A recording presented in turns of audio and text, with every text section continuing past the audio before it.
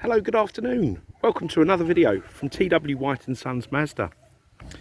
Here we have today a 2018 Mazda 6. This is a 2-litre petrol manual car in the 4-door format. It's in Soul Red with a black leather interior. Now, actually, correct myself, Soul Red Crystal with a black leather interior. Now, as I take you around the car, I just want to give you a little bit of background. This was taken in part exchange only today. We sold the car new. We've always looked after it. It's come to the end of its PCP agreement. The customers will be very happy with the brand, and they took delivery of their new car today. So I always like to give a little bit of background on the cars when I can. About 70% of our cars are generated through part exchange, so we're very fortunate that we do know the cars. So that's the history of the car, and hopefully from this video and the photographs I've taken, you can really appreciate the condition of this. Now, I'll be honest, my valet has been very busy today, so I haven't actually had a chance to have the car valeted, but I wanted to get it advertised for the weekend. But it's in really, really good condition. Something that I really noticed is the condition of the wheels. They're all really, really good. There's a few very minor marks on the near side wheels, but I rarely see cars with wheels in this condition when they come in Part X. I think with the size of wheels these days, and the height of curbs, it's very difficult to keep them, mark free. Oh, apologise for that. There's a van coming out of the car park at speed. Now, the car will require it to go through the workshop, which we'll do. I can pretty safely say, I'm not a tyre expert, but the front tyres are pretty worn, so they will be changed. The rear tyres look in very good condition, but anything that requires doing will be done. It will be put on the ramp and thoroughly looked at. Now, let me start round with the boot. Excuse me. Now, these have got an enormous boot. The cars themselves are actually longer than the estate car. Now, you've got a 60-40 split rear seat, so you still have the benefit. I know some saloon cars the seats don't go down, but these do. So they'll fold down. You've got this enormous boot here. You've got this space here for a spare wheel, should you require one. Otherwise, you get this IMS kit, which nobody really uses, but the pump's quite useful to get you out of trouble. There's the locking wheel up there. Okay, so an enormous boot, which could fit, your buggies, your prams, etc., etc. And the seats will fold down almost to a 180-degree angle, so very practical indeed. Okay, you've got ISOFIX anchorages in the back here too, and I just want to point out the depth of the rear seats. So it's enormous in the back. If you had very tall people in the back, they would really be sitting in comfort. So now, if you've watched any of my videos in the past, you probably always hear me mention these are probably my most favourite model in the range. Before I opted out the company car scheme, I always drove Mazda 6s. I know these days it's more the SUV market, but I do like a car, and these are so comfortable, really good on fuel, and so highly spec'd. So let's start with the door here. Now, this little knob here, the car has keyless entry, so if you've got the key on your person, you press that, the door will open. No need to get your keys out of your pocket. You've got electric windows, mirrors here. Now, this is the facelifted car. The cars were facelifted in 2015, at some point in 2015. So you've got auto folding mirrors, you've got the electric handbrake, you've got the updated sat nav. Now, this car, and I forgot this car had this. This car's got the safety pack. So you've got lane departure warning, you've got blind spot monitoring. I'll go into depth what these are in a minute. You've got high beam control, adaptive lights. And these are things that are standard now on our cars, but this was an extra. I think it was about £800 extra. So that's a really useful thing to have. You've got electric seats at the front there, 8-way. This one's got lumbar, the driver's seat, and it's got a memory setting for two drivers. So, what have I done with the keys? Ooh. There we go. There's the keys. Got two keys, naturally. Now, let me shut the door and start the car up. Now, when you put your foot on the clutch, this will light up green. Press the button and it fires into life. Heads up display rises. That will display your speed, basic sat nav functions, traffic signs, speed limits, etc. Really useful because you're looking forward rather than down. And that split second might make all the difference. Cruise control, volume controls, trip computer, auto lights, wipers. Their LED lights are really effective. Climate control, dual zone, heated seats, 3-stage, heated steering wheel, which is absolutely amazing, one of my most favourite features. CD player, I might say that with some surprise, but yes, it does have a CD player. 12-volt socket down there, and 2 USBs in the back there for charging and for data. So this screen here is your Mazda MZD Connect. So this is your sat nav, your telephone, radio, etc. It is touchscreen, but only touchscreen when the car is stationary. So what I would suggest, I always say, look, get to use the multimedia commander, or I've always called it the human interface. Oh, look at that. I quite like that song.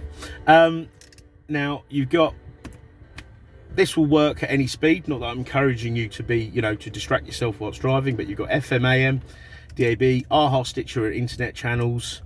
Never used them. Internet apps, sorry, never used them. It works through your Wi-Fi, through your data, sorry. Bluetooth, USB 1, USB 2.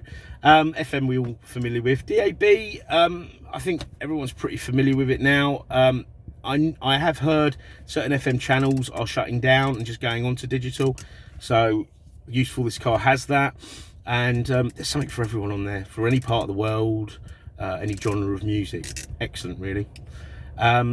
Once you've paired your phone up, you can also stream any music from your phone via the Bluetooth to the car, and it's played through this Bose premium sound system, which is absolutely superb. It's bespoke for the car. It's not a retrofit thing, and yeah, really excellent. Communication: pair up your phone, off you go. Call lists, contacts, your contact list, my phone book, that's what the word I was looking for. All works through there. And you've got sat nav. Oh, and if you've got an Android phone, it will also read your text messages. Sat nav is amazing. I've used this to go through Europe. It's worked for me very well.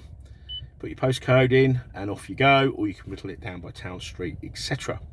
When you're on your journey and you need to find a place nearby, so you can set a category here. So I'm always hungry and I always need petrol, so the car's hungry and so am I. So look at this, round here, let's have a search and it'll give you all the local eateries, direction and the distance. Okay, now if you were to search for a fuel station, that sounds very official, doesn't it? Fuel station, petrol station. It'll tell you the direction, the names, and if you set up a Wi-Fi hotspot so your car is connected to your phone via a Wi-Fi hotspot, it'll also give you fuel prices. You can also get live traffic updates, weather reports, etc. So yeah, all these connectivity is very important, I think, for a safety point of view and convenience. I can catch up on calls, etc., driving home, driving to work, or just have a nice chat, catch up with someone. So I want to just go back to apps and let you know you can add 2 apps to this, probably more, but the 2 apps that I know of for Android Auto and Apple CarPlay. So it's a bit of a hardware software upgrade, so then you can mirror your apps on your phone to this screen here. Now let's have a look. So nav we've covered. Now the settings, AD, that's the display there, so you can adjust that there. Hopefully you can see that. Okay, there's lots of other like brightness settings, etc. Yeah, let's have a look. Display settings, you can turn that off, show the clock. These safety settings is what I want to talk about. Smart city braking, so there's a camera up here. If you get too close to an object in front that is stationary, and you're doing under 20 miles an hour, the car will apply its brakes. Now, so that would be, give you a scenario. You're in traffic, you're sort of crawling along.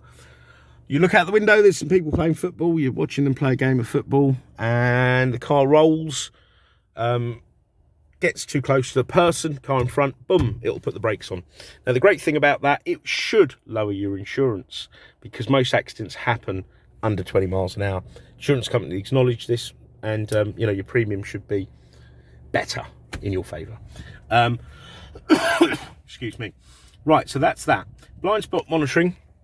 So if someone's undertaking you or overtaking you, two little lights will light up on that part of the wing mirror.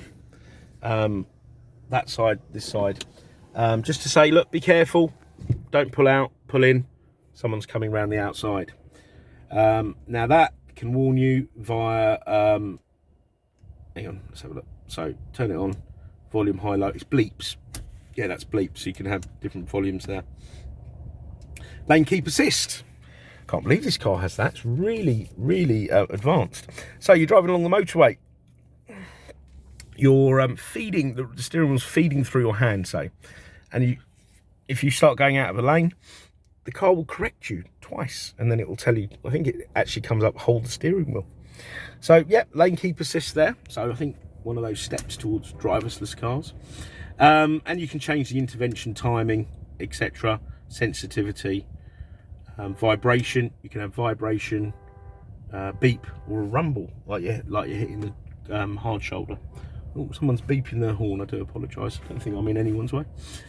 Traffic sign recognition and driver attention alert. So the car will tell you when to take a break. Now, I thought someone was winding me up, but I believe there is a camera here. Don't worry, it's not Big Brother. No one's watching you from a control room or anything, but it'll look at your facial expressions. And I have literally sort of yawned, and the car has then told me to take a break. I think a little coffee cup comes up. So, yeah, really great stuff. So the car is beyond its years, even though it's 3 years old. Yeah, it's well beyond its years. So, if there's any more photos or videos you'd like us to send you, please don't hesitate to ask. I do apologise the car isn't in tip-top cleanliness, but it will be in the next couple of days.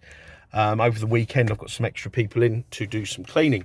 The car will go through the workshops. It will be ready to go. And if you need any questions, no matter how small, just ask, and ask any time of day. I appreciate a lot of people are looking at cars out of normal working hours. You can even call us, leave a message. We pick the calls up, or you know, drop a message in, or live chat. But just contact us one way or the other. We'll come back to you probably quicker than you'd expect. The car will carry a 1-year Mazda ZZ Plus used car warranty. That's the official Mazda warranty. So don't mistake that for, you know, a third party warranty. You know, at a car supermarket or something. This isn't that type of car. Part exchange is extremely welcome.